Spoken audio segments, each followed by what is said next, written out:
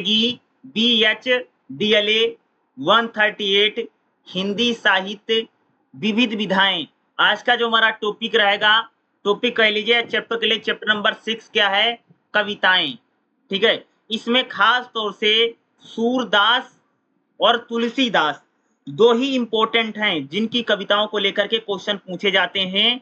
बाकी भी इसमें लोग हैं, सूर्यकांत त्रिपाठी निराला हैं, महादेवी वर्मा हैं, लेकिन उनको लेकर के ज्यादातर क्वेश्चन कभी पूछे नहीं गए हैं। सिर्फ दो ही कवि हैं, यानी दो ही पोइट यानी कवि हैं जिनको लेकर के क्वेश्चन पूछा गया है। तो इसमें जो क्वेश्चन ज्यादा आता है, जो आपका चैप्टर नंबर 6 है कविताएं, इसमें से काफी क्वेश्चन कई बार पूछा गया कि सूरदास के भाव पक्ष पर प्रकाश डालिए, यानी सूरदास की जो कविताएं हैं या सूरदास के जो दोहे हैं उनका भाव क्या है। क्या मैंने बोला कि उनका भाव क्या पूछा जाता कि भाई सूरदास की जो कविताएं हैं उनका भाव पूछा गया कि जो कविताएं लिखते उसका भाव क्या है। तो देखो, किसी भी क्वेश्चन को सबसे पहले जब हम लोग एग्जाम में लिखते तो उसका सबसे पहले क्या लिखते हैं? भूमिका। ठीक है, यानी उसका एक प्रकार से इंट्रोडक्शन लिखा जाता है। ठीक है, और उसके बाद ही किसी चीज को हम लोग क्या करते हैं पहले किसी भी क्वेश्चन की क्या लिखते हैं? भूमिका लिखते हैं। तो देखो, जैसे क्वेश्चन क्या पूछेगा बुक एग्जाम में, जब पूछता कि सूरदास का भाव पक्ष लिए सबसे पहले जो भूमिका इसमें लिखकर, देखो कृष्ण भक्ति शाखा भक्ति काल की सबसे प्रमुख शाखा मानी, यानी जो भक्ति आंदोलन है या जो भक्ति काल है, उस भक्ति आंदोलन भक्ति काल में जो कृष्ण भक्ति है वो बहुत ज्यादा प्रमुख। देखो, राम भक्ति वाले बहुत कम हैं।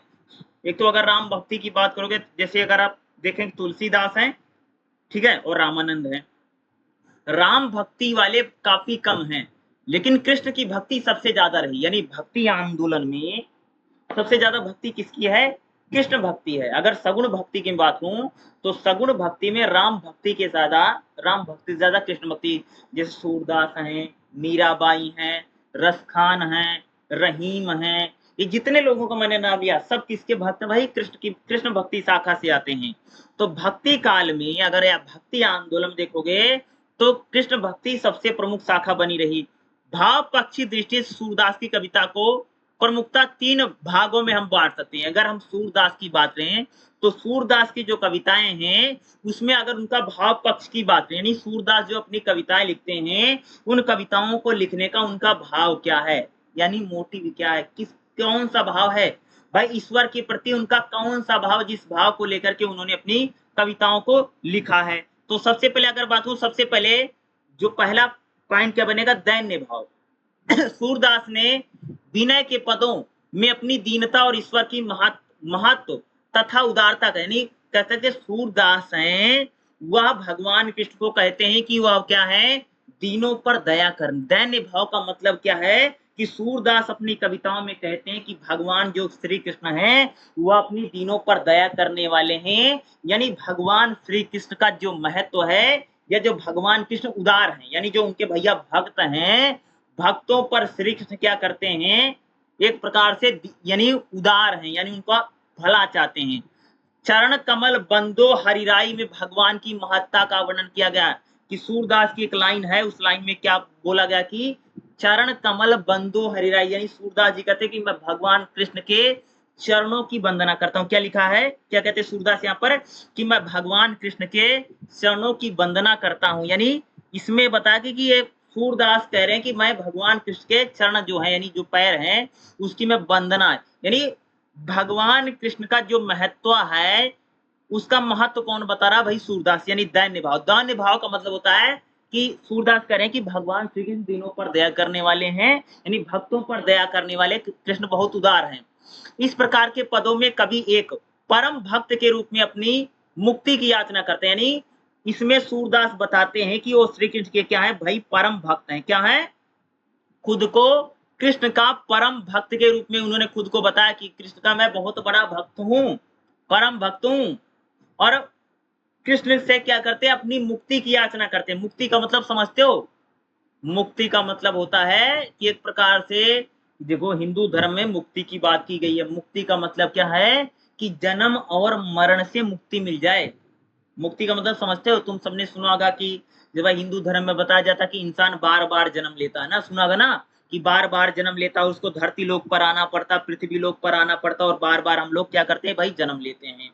तो हिंदू धर्म में कहा जाता है कि अगर हम लोग ईश्वर की वंदना करेंगे, प्रार्थना करेंगे, अगर भगवान हम पर कभी मेहरबान होंगे तो क्या होगा कि हमको मुक्ति मिलेगी, यानी बार-बार हम लोगों को जन्म लेना नहीं पड़ेगा।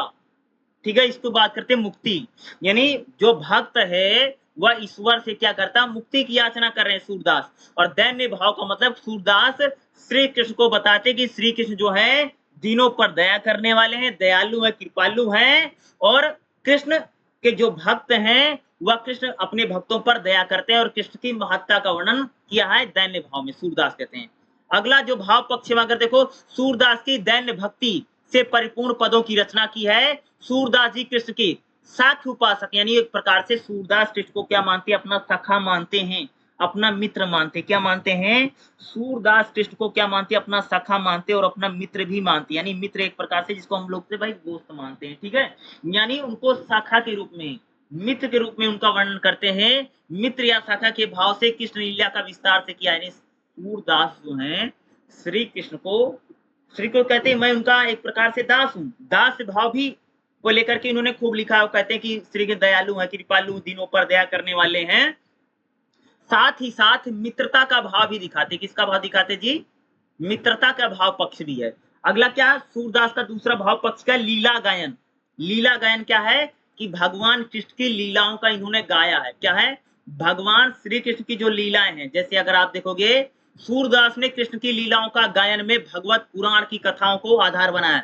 आप सबने भागवत पुराण की कथा बहुत सारा सुना, जैसे टीवी पर आते नहीं, भागवत आती नहीं, जो भागवत कहते रहते हैं, दुनिया भर के बाबा बाबा कहते कह रहे हैं ना, तो उस भागवत कथा में भी अगर आप देखेंगे तो श्री कृष्ण की लीलाओं का गायन किसने किया है, सूरदास ने किया है। लेकिन इस भागवत का अनुवाद नहीं कहा जा सकता। लीला गायन के 3 भागों में पढ़ा है। लीला जो गायन किया इन्होंने 3 प्रकार से हैं। जैसे कृष्ण के बाल सौंदर्य का इन्होंने खूब गायन किया कि भगवान श्री कृष्ण जब छोटे हैं, बचपन में हैं, तो कैसे खेलते हैं, या माँ यशोदा उनको कैसे दुलारती हैं, इन सब का उन्होंने गायन किया। दूसरा, नटखट किशोर कृष्ण का, यानी जो भगवान श्री कृष्ण थोड़े बड़े हो जाते हैं, भाई जब गोपियों का माखन चुराते हैं और श्री कृष्ण, ये सारी इसका भी उन्होंने गायन किया है।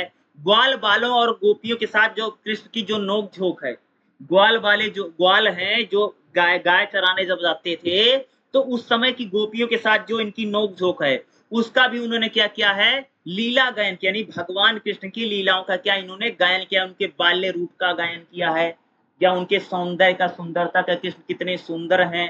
ठीक है, गोपियों के साथ उनके कैसे संबंध है, इसका भी कह सकते हैं उन्होंने गायन किया है। या कृष्ण का गोपियों के साथ जो नोक झोंक है, ठीक है, या उनका जो बाल सौंदर्य है, इसका वर्णन किसने किया है, सूरदास जी ने अपनी कविताओं में किया है। किसने भाई, सूरदास जी अपनी कविताओं में इन सभी का क्या करते हैं, वर्णन करते हैं। अगला क्या, श्रृंगार चित्रण, यानी भगवान श्री कृष्ण का श्रृंगार को, यानी कृष्ण और गोपियों के बीच जो गहन परिचय आगे चल करके प्रेम में परिवर्तित हो जाता है। यानी सूरदास कृष्ण और गोपियों के बीच में जो प्रेम है, उस प्रेम को भी उन्होंने गाया, यानी श्रृंगार पक्ष को भी उन्होंने गाया है। ठीक है, कि कृष्ण कितने सुंदर है, गोपियां कितनी सुंदर हैं, और गोपियां श्री कृष्ण पर कितनी मोहित हुई जा रही हैं। ठीक है, इन सभी का गायन किसने किया, सूरदास ने, यानी श्रृंगार को भी उन्होंने गाया है। ठीक है, वस्तुतः सूरदास का श्रृंगार चित्रण भी एक प्रकार से कृष्ण लीला का ही विशिष्ट अंग है। इसमें यमुना स्नान में चिरण, भाई जब तुमने देखा होगा, टीवी में देखा होगा तुम सबने, कि भाई जब गोपियां नहाने जाती हैं तो श्री कृष्ण उनके जो कपड़े लेकर के भाग जाते हैं, उसका उन्होंने वर्णन किया है। वंशी वदान, दान लीला, मान लीला, रास लीला, यानी श्री कृष्ण गोपियों के साथ जो रास रचाते थे। ठीक है, जो मान लीला है, मान लीला मतलब जैसे श्री कृष्ण रूठ जाते थे, गोपियां उनको मनाती थी, गोपियां रूठ जाती थी, कृष्ण इनको मनाते थे। रास लीला जो है, और किस प्रकार से गोपियां जब भाई स्नान करने जाती थी यमुना जी में, तो उनके कपड़े चुरा करके भाग जाते थे। कपड़े इसलिए वो चुरा करके भाग जाते, उसका मतलब यही है कि गोपियों से कहते थे कि वो भाई नदी में घुस करके ऐसे खुले में स्नान न करें, ये गलत बात है। तो इन सभी लीलाओं का क्या है, सूरदास जी ने इनको गाया है। आदि के माध्यम से कृष्ण और राधा और गोपियों के प्रेम का भी चित्रण किया है। यानी सूरदास जो है राधा कृष्ण के प्रेम और कृष्ण और गोपियों का जो प्रेम है, इसका भी वर्णन कर सकते हैं कि हम लोगों को सूरदास की कविताओं में से मिलता है। और खास बात, सूरदास ने जो कैसे जो फेमस प्रसंग है, या जो उनकी रास लीला है, उस रास लीलाओं में कहीं पर भी हम लोगों को अश्लीलता, जिसको हम लोग बोलते हैं न्यूडिटी, इस प्रकार की चीजें वहां पर हमको नहीं दिखाई देती हैं। यानी यहाँ पर कह सकते भैया जो मधुर प्रेम है उसका वर्णन यहाँ पर हम लोगों को देखने को मिलता है। यह प्रेम लोक लाज और पारिवारिक मर्यादा की अवहेलना करते हुए स्वच्छंद परिचय देता है। यानी कह सकते हैं श्री कृष्ण और गोपियों का जो प्रेम है, या जो कृष्ण और राधा का जो प्रेम है, ये भैया लोक लाज की कोई मर्यादा की अवहेलना करते हैं, यानी किसी का शर्म नहीं करता है। यानी गोपियां कृष्ण से जो प्रेम करती हैं, कृष्ण जो गोपियों से प्रेम करते हैं, उनको किसी का, ये आज का जमाना नहीं है कि ये नहीं कि भाई चार लोग क्या कहेंगे, भाई गोपियां श्री कृष्ण से प्रेम करती हैं, कृष्ण गोपियों से प्रेम करते हैं, यानी ये मान मर्यादा से आगे जा चुका है। ये स्वच्छंद प्रेम का परिचय, क्या कहते हैं भैया, भाई मेरे स्वच्छंद प्रेम का परिचय है। सूरदास अश्लीलता का भाव भी आने नहीं देती, यानी सूरदास जो हैं वह कृष्ण और गोपियों को प्रेम को तो गाते हैं, कृष्ण और राधा और प्रेम को उन्होंने खूब लिखा है, साथ में इसमें कहीं पर भी अश्लीलता का भाव नहीं आने देते हैं। क्या अश्लीलता, ठीक है, नहीं आए। इस दशा में सूरदास ने अत्यंत मार्मिक ढंग से कृष्ण और गोपियों के प्रेम को और कृष्ण और राधा के प्रेम को बड़े ही मार्मिक ढंग से प्रस्तुत यहाँ पर किया है या चित्रित करने का प्रयास किया है। अगला भ्रमर गीत क्या है? भ्रमर गीत मतलब समझते हैं कि भाई तुम सबने सुना होगा कि कृष्ण क्या, अगर आप देखेंगे तो गोकुल में रहते थे, गोकुल में वहां जहां पर कृष्ण का वही क्या पालन पोषण हुआ है, ठीक है, नंद गांव बरसाना में रहते थे, ठीक है। तो जब कृष्ण बड़े हो जाते हैं तो कहाँ चले जाते हो, वो मथुरा चले जाते हैं, ठीक है, या मथुरा चले जाते हैं। तो जब मथुरा जाने के लिए वो आते हैं तो गोपियां कृष्ण से इतना प्रेम करती हैं कि कृष्ण को जाने नहीं देती हैं, लेकिन फिर भी कृष्ण चले जाते हैं। यानी जब कृष्ण गोकुल को छोड़ करके मथुरा चले जाते हैं तो गोपियां कृष्ण के प्रेम में, जिसको हम बोलते हैं विरह, विरह का मतलब समझते हो, बिछुड़ जाना। जैसे भाई लड़का लड़की प्रेम करते हैं, ठीक है जी, लड़का लड़की आपस में प्रेम कर रहे हैं और उन दोनों में बिछुड़न हो गया, जैसे भाई अलग हो गया, वो अलग हो गया, दोनों एक दूसरे से बहुत प्यार करते हैं, बहुत प्रेम मोहब्बत करते हैं, दोनों जब बिछुड़ जाते हैं तो जब बिछुड़ जाते हैं ना, तो उसमें जो बिछुड़न में जो एक प्रकार से आग रहती कि क्या कह लीजिए, वो जो रहता है, एक दूसरे से इतना प्रेम करें फिर भी, उसको बोलते हैं वियोग सिंगार, उसको बोलते हैं, क्या बोलते हैं, उसको बोला जाता है वियोग। उस वियोग सिंगार को भी कह सकते हो किसने, सूरदास ने गाई, जिसको हम लोग बोलते हैं भ्रमर गीत बोलते हैं। वियोग वर्णन भी सूरदास जी ने भ्रमर गीत का महत्वपूर्ण पक्ष है, जिसके माध्यम से सूरदास ने उद्धव को निर्गुण ज्ञान मार्गी प्रतिनिधित्व बनाकर निर्गुण का खंडन और सगुण का मंडन कुशलता पूर्वक किया। देखो जब कृष्ण गोकुल छोड़ करके मथुरा चले जाते हैं, और फिर कृष्ण जब मथुरा चले जाते हैं ना, तो गोपियों को संदेश लेकर के एक व्यक्ति का नाम अभी, उनका नाम है उद्धव, उद्धव श्री कृष्ण के जानकार हैं, ठीक है। तो उनको गोकुल भेजते और कहते हैं गोपियों को जाकर के तुम संदेश दे आओ कि अब मैं कभी गोकुल नहीं आऊंगा। और गोपियां उनसे बहुत प्रेम करती हैं भाई, गोकुल की गोपियां, ठीक है, क्योंकि उनका बचपन वहीं बीता है, ठीक है। तो उनको संदेशा भिजवाते उद्धव के माध्यम से। तो उद्धव गोपियों को जाकर के बताते हैं कि भाई अब श्री कृष्ण कभी आने वाले नहीं हैं। तो गोपियां बिचारी बहुत रोती हैं, बहुत विलखती हैं उनके प्रेम में। किसके प्रेम में जी? कृष्ण के प्रेम में। तो गोपियां जो कृष्ण के प्रेम में रो रही हैं, जो विलख रही हैं, और उद्धव से जो अपनी बातें कर रही हैं, इसका भी वर्णन कर सकते हैं कि सूरदास जी ने बहुत कुशलता पूर्वक किया है। यानी प्रेम को तो, कृष्ण के प्रेम को तो कह सकते हैं कि सूरदास ने गाया है, बट गोपियां जो कृष्ण के प्रेम में रो रही हैं, जो बिलख रही हैं, जो उदास हो गई हैं, जो बिछुड़ गई हैं, उस वियोग सिंगार को भी सूरदास जी ने बहुत अच्छे तरीके से गाया। इस बात को कहा, इसी को बोला गया भ्रमर गीत, ठीक है। गोपियों के हृदय में निश्चल प्रेम में उनकी ग्रामीण सहज प्रकृति के साथ मिलकर एक गंभीरता का परिचय दिया है। इसमें यह स्पष्ट है कि भ्रमर गीत प्रसंग की योजना के माध्यम से सूरदास ने एक और गोपियों की विरह व्यथा का मार्मिक चित्रण किया। यानी सूरदास जी कहते हैं कि गोपियों की जो विरह है, जो व्यथा है भाई, जो श्री कृष्ण के प्यार में, प्रेम में, जो कृष्ण गोकुल छोड़ करके मथुरा चले गए हैं, कृष्ण के प्यार में, प्रेम में वो बिचारी तड़प रही हैं, ठीक है, ये कह सकते हो, ठीक है। इसका भी कह सकते हैं, इसको भी सूरदास जी ने बहुत ही मार्मिक ढंग से, मार्मिक मतलब समझते हो, मार्मिक का मतलब या जैसे बहुत बहुत भावुक ढंग से, मार्मिक ढंग से, उस ढंग से उसका क्या क्या उन्होंने चित्रण किया है। यानी सूरदास कृष्ण को कहते हैं कि वो सूरदास ने भाव पक्ष क्या है? देखो, सूरदास कृष्ण को बताते हैं कि वो दीनों पर दया करने वाले हैं, वो कृपालु हैं, दयालु हैं, ये बताते हैं।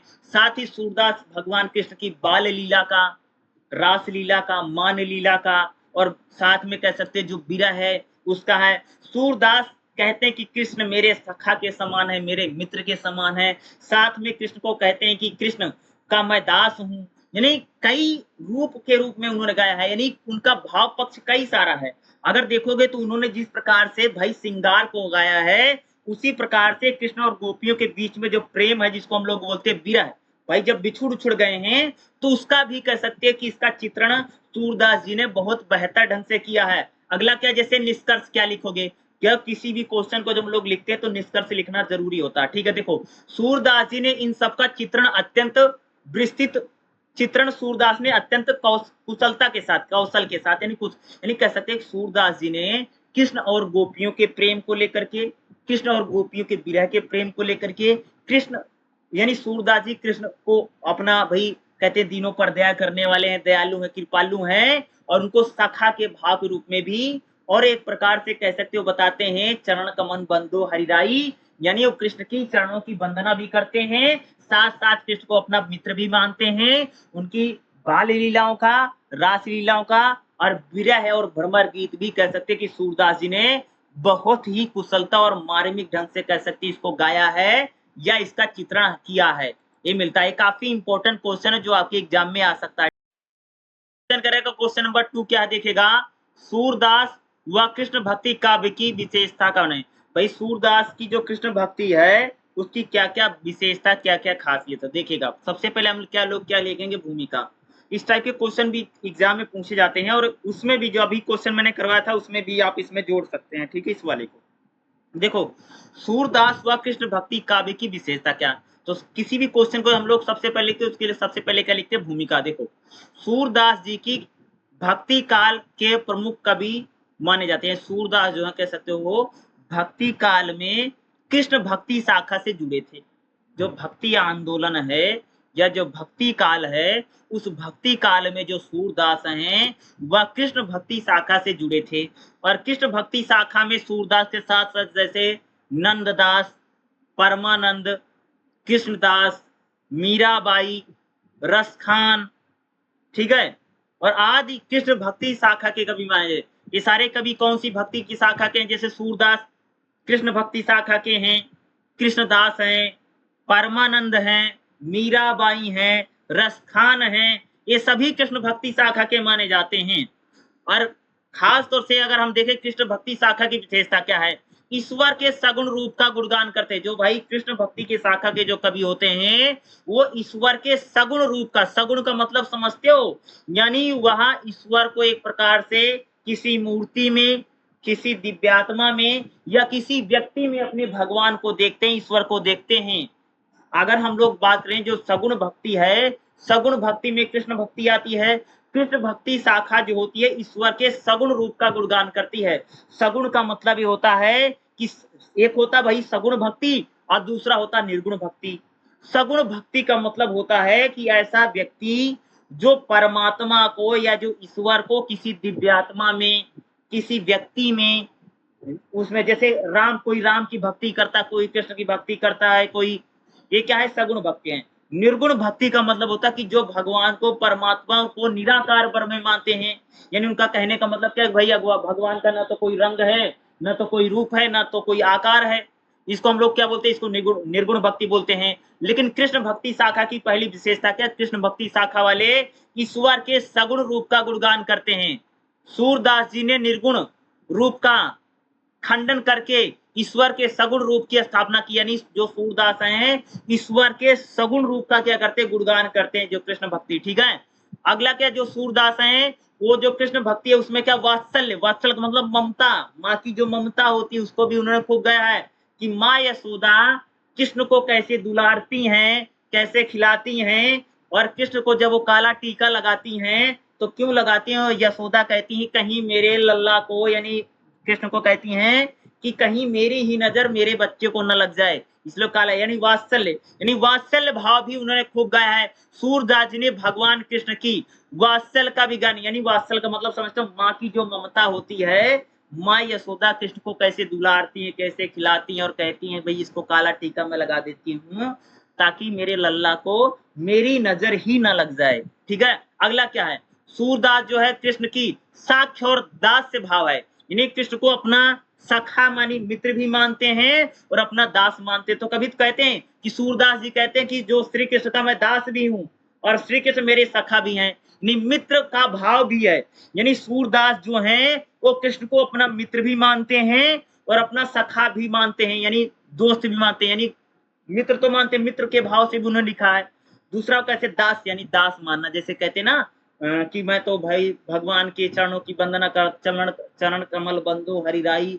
ठीक है, इसके इस लाइन में जब कहते हैं यानी क्या है, वो कृष्ण को अपना दास मानते हो, कहते कि मैं कृष्ण का दास हूँ। और ये भी कहते कि भाई जो श्री कृष्ण है वो दिनों पर दया करने वाले हैं, भगवान श्री दयालु है, कृपालु है, इस रूप में भी उनका वर्णन किया है। अगला मधुर भाव, सूरदास जी ने मधुर यानी मधुर मतलब प्रेम का, ठीक है, प्रेम का भी उन्होंने खूब गुणगान किया, यानी श्री कृष्ण गोपियों के साथ जो उनका प्रेम है उस प्रेम को भी उन्होंने काफी गाया है, यानी सूरदास जी ने मधुर भाव का भी क्या किया है, गायन किया, यानी इस मधुरता का। अगला क्या, जैसे श्रृंगार रस और वियोग रस, श्रृंगार रस और वियोग रस, श्रृंगार रस अलग और वियोग रस अलग है। श्रृंगार मतलब प्रेम, यानी सूरदास जी ने राधा और कृष्ण के प्रेम को, गोपियों और कृष्ण के प्रेम को उन्होंने खूब गाया है। साथ ही साथ कह सकते सूरदास जी ने श्री कृष्ण जब गोपियों को छोड़ करके चले जाते, जैसे हमने बताया था कि मथुरा चले जाते हैं, ठीक है, और गोपियां उनके प्रेम में जो व्याकुल हैं, विरह, यानी वो प्रेम को और विरह दोनों का उन्होंने कह सकते हो बहुत ही सुंदरता से क्या कैसे उन्होंने इसका गायन किया है। ठीक है, काव्य में ब्रज भाषा का प्रयोग है। सूरदास जी ने, सूरदास की खास तौर से विशेषताएं रही कि उन्होंने जो कृष्ण लीला जो उन्होंने गाई है वो पूरी की पूरी ब्रज भाषा में, क्या है, ब्रज भाषा में।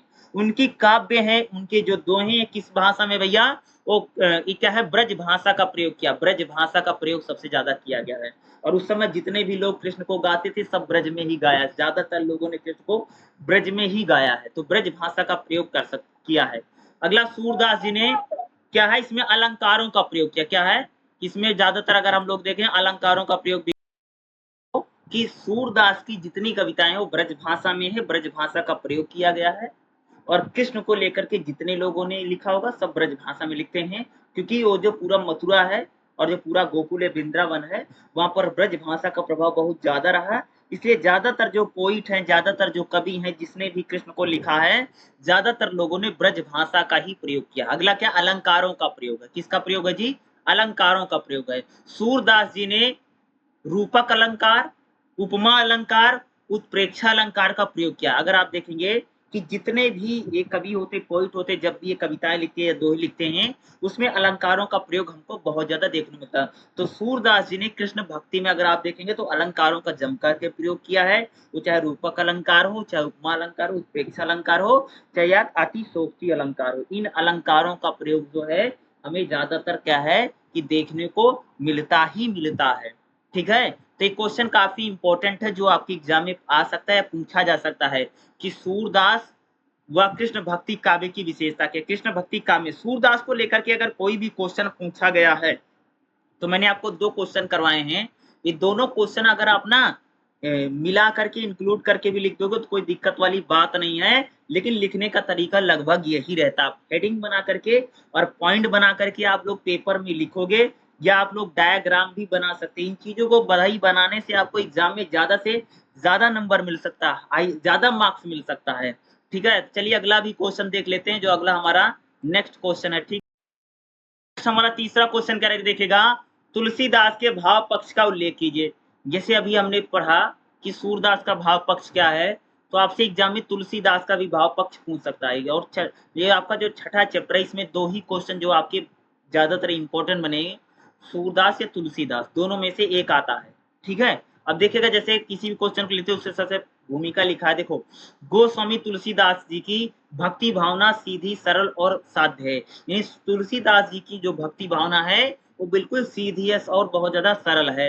रचनाओं के भाव में विविधता तुलसीदास जी की सबसे बड़ी नहीं ये सूर जो सही तुलसीदास जी की जो भी रचनाएँ हैं, उनमें बहुत ज़्यादा विविधता है, यानी बहुत ज़्यादा अलग-अलग वैरायटी में उन्होंने लिख रखा है। वह सभी रसों के महारथी यानी अगर आप देखेंगे जो तुलसीदास हैं, कई सारे रसों को उन्होंने लिखा है। अवधी और ब्रज भाषा पर उनका अधिकार है, यानी अगर आप देखेंगे जो तुलसीदास हैं 2 भाषाएँ लिखते हैं, खास तौर से कौन-कौन सी भाषा? अवधी और ब्रज भाषा, 2 भाषा इनकी काफ़ी इम्पोर्टेंट है। एक तो अवधी भाषा में लिखते हैं, इन्होंने जो कुछ लिखा और दूसरा ब्रज भाषा, 2 भाषाओं ज़्यादा लिखा है।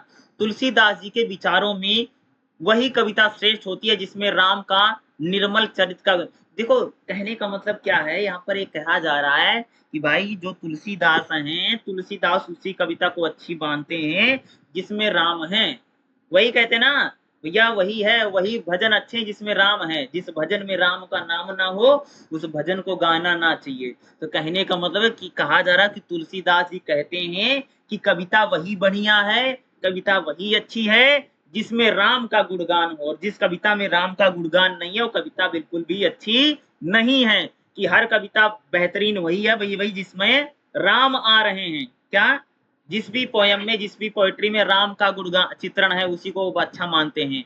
अब हम लोग बात करेंगे कि तुलसीदास जी का भाव पक्ष क्या है।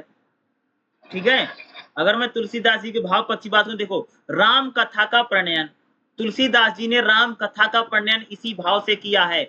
उन्होंने श्री राम के चरित्र को काव्य ग्रंथों में यानी तुलसीदास जो है वो राम कथा के जरिए भगवान राम के चरित्र को सबसे बेहतर बताया। एक बात बता दूं, भगवान राम को मर्यादा पुरुषोत्तम या उन जैसा कोई भाई नहीं है, उन जैसा पिता नहीं, उन जैसा पुत्र नहीं, उन जैसा पति नहीं है, उन जैसा मित्र नहीं, उन ये सब किसने प्रमाणित किया है? तुलसीदास ने किया।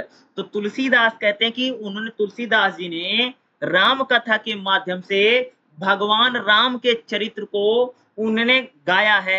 रामचरितमानस महाकाव्य में राम के जन्म से लेकर के राम के राजा तक बनने की कथा कही है। तुलसीदास जी राम भक्ति के आधार है। तुलसीदास जो के इस प्रकार से क्या है? राम भक्ति के सबसे बड़े आधार माने जाते हैं। और तुलसीदास जी ने रामचरितमानस में जो है उसमें राम के जन्म से लेकर के, कहां से लेकर के? राम के जन्म से लेकर के राम के राजा बनने यानी राम के राज्य तक की जो कहानी बताई है वो काफी इंपॉर्टेंट है, जिसमें उन्होंने राम के चरित्र को, राम को मर्यादा पुरुषोत्तम या इस प्रकार से कह सकते हैं कि उन जैसा कोई राजा नहीं है। और राम राज का जिस प्रकार से उन्होंने बताया वो राम भक्ति के कह सकते हैं प्रमुख आधार है। तुलसीदास जी के राम का अयोध्या का त्याग करना भाई तुलसीदास जी ने जिस प्रकार से बताया कि जिस प्रकार से राम ने अयोध्या का त्याग किया और पथिक रूप में वन गमन चले गए, चित्रकूट में राम और भरत मिलाप, सबरी के अतिथि भाव, भरत की प्रतीक्षा, इन प्रसंगों का अत्यंत भाव प्रणयता से चित्रण नहीं कह सकते कि तुलसीदास जी ने कह सकते हो कि उन्होंने रामचरितमानस में भगवान राम का अयोध्या त्याग देना, जंगल चले जाना, चित्रकूट में राम और भरत का मिलाप होना, राम का सबरी के बैर खाना, भरत द्वारा राम की प्रतीक्षा करना, इन सभी भावों का कह सकते हो उन्होंने बहुत चित्रण इसका किया है। अगला विनय भाव क्या है? दूसरा भाव पक्ष इनका क्या? विनय भाव देखिएगा। भक्ति का एक प्रमुख तत्व है ईश्वर की समर्थ शक्ति का अनुभव। भक्त यह मानता है कि ईश्वर सर्वशक्तिमान है। देखो भगवान राम को सर्वशक्तिमान या सर्वत या सर्वज्ञ बताने वाले क्या हैं? कह सकते भाई तुलसीदास हैं। सामर्थ्यवान दयालु हैं, करुणा के सागर हैं। तुलसीदास कहते हैं कि भगवान राम जो है वह सर्वशक्तिमान है, दूसरा वह दयालु है, करुणा के सागर हैं। दूसरी ओर भक्त अपनी दीनता और दयालुता का बोध भी कराता है। वह इस दैन्य भाव से प्रेरित होकर के ईश्वर को अपनी मुक्ति की प्रार्थना करता है। तुलसीदास ने राम की शील, सौंदर्य और शक्ति का भी चित्रण किया। यानी देखो तुलसीदास जो है वो भगवान राम को कहते हैं वो सर्वशक्तिमान है, वो करुणा के सागर हैं, वो दीनों पर दया करने वाले हैं, और भगवान राम मर्यादा पुरुषोत्तम है। और तुलसीदास भगवान राम से अपनी मुक्ति की भी क्या करते हैं? प्रार्थना करते हैं। तुलसीदास राम के शील सौंदर्य का भी क्या करते हैं? उन्होंने चित्रण किया। तीसरा क्या है? समन्वय की भावना।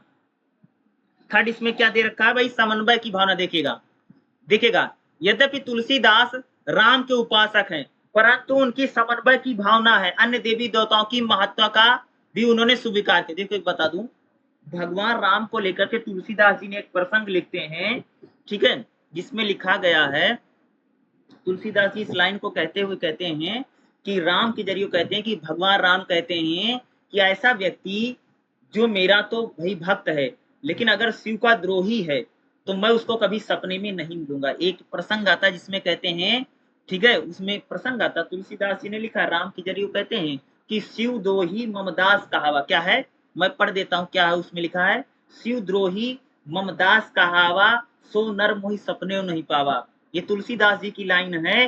तुलसीदास जी इस प्रसंग में कहते हैं सो नर, यानी वो मनुष्य, यानी राम के जरिए कह रहे हैं कि वो मनुष्य जो शिव का द्रोही यानी भगवान शंकर का अगर कोई दुश्मन है और मेरा बहुत बड़ा भक्त है, राम कहते हैं कि अगर कोई भगवान शंकर का दुश्मन है और मेरा बहुत बड़ा भक्त है, राम कहते हैं मेरा बहुत बड़ा भक्त है, तो ऐसे भक्त को मैं कभी सपने में भी नहीं मिलूंगा। इसके जरिए कह सकते तुलसीदास जी कहते हैं वो सभी देवी देवताओं को समान मानते हैं, और राम के जरिए कहते हैं कि राम ये कह रहे हैं कि भाई जो भगवान शंकर का उपासक है उसको ही मैं मिलूंगा। यानी तुलसीदास में सभी भगवानों में समन्वय की भावना है। तुलसीदास सभी देवी देवताओं को बराबर मानते हैं, उनमें किसी प्रकार का भेदभाव नहीं है। वो राम को भी उतना ही मानते हैं, वो कृष्ण को भी उतना ही मानते हैं। समन्वय की भावना कह सकते हैं कि हम लोगों को तुलसीदास जी में देखने को मिलती है। और तुलसीदास जब एक उस लाइन को कहते हैं कि भाई कि राम के जरिए कहलाते हैं कि शिव द्रोही ममदास कहा, कि भाई अगर जो व्यक्ति भगवान शंकर का द्रोही यानी दुश्मन है, और राम कहते हैं अगर कोई मेरा भक्त है तो मैं उसको सपने में भी नहीं मिल, सो नर मोहि सपने नहीं पावा हूं, यानी उस मनुष्य को मैं सपने में भी नहीं मिलूंगा। ये बताता है कि तुलसीदास जी करें कि भाई सभी देवी देवता में समन्वय यानी समान यानी इक्वल है, बराबर है। उसका वर्णन यहाँ क्या, अगला देखिए इसका निष्कर्ष क्या देखोगे, लिखोगे, तुलसीदास जी ने निर्गुण और सगुण वैष्णव भक्ति, राजा प्रजा भक्ति, कर्म सभी के समन्वय सभी, यानी अगर आप देखोगे तो तुलसीदास जी ने सगुण भक्ति के माध्यम से राम भक्ति को शाखा को गाया है, और राम को कह सकते मर्यादा पुरुषोत्तम सबसे बड़े राजा के रूप में राम राज की उन्होंने स्थापना की है। और राम को कहते कि राम भाई सर्वशक्तिमान है, करुणा के सागर हैं। और तुलसीदास इस बात को कहते हैं कि जिन कविताओं में राम का जिक्र नहीं है वो कविताएं कुछ नहीं है, जिस भी कविता में राम का नाम है वही कविता वो क्या मानते हैं, उसको श्रेष्ठ मानते हैं। तो इसका आप इसको इस टाइप से आपको क्या है भाई इसका निष्कर्ष लिखना पड़ेगा। ये क्वेश्चन आपका काफी इंपॉर्टेंट हो सकता है और आ भी आ सकता है। मैंने जैसे आपको बताया था ना कि दो क्वेश्चन इसमें काफी इंपॉर्टेंट बनेंगे, तुलसीदास को लेकर के या सूरदास को लेकर के। एक व्यक्ति को लेकर के एग्जाम में क्वेश्चन पूछता है, और आपका जो चैप्टर नंबर 6 है इसमें से अगर चाहे सूरदास को पूछे या चाहे तुलसीदास को पूछे, एक ना एक को लेकर के एग्जाम में क्वेश्चन आता ही आता है। इसको आपको लिख करके जरूर आइएगा, ठीक है। और इसमें से जो जो मैंने बताया इसमें से एक क्वेश्चन आपको एग्जाम में देखने को मिलेगा ही मिलेगा, ठीक है। इसी प्रकार से मैं इसके सारे चैप्टर में आपको पढ़ा दूंगा, ठीक है, ओके।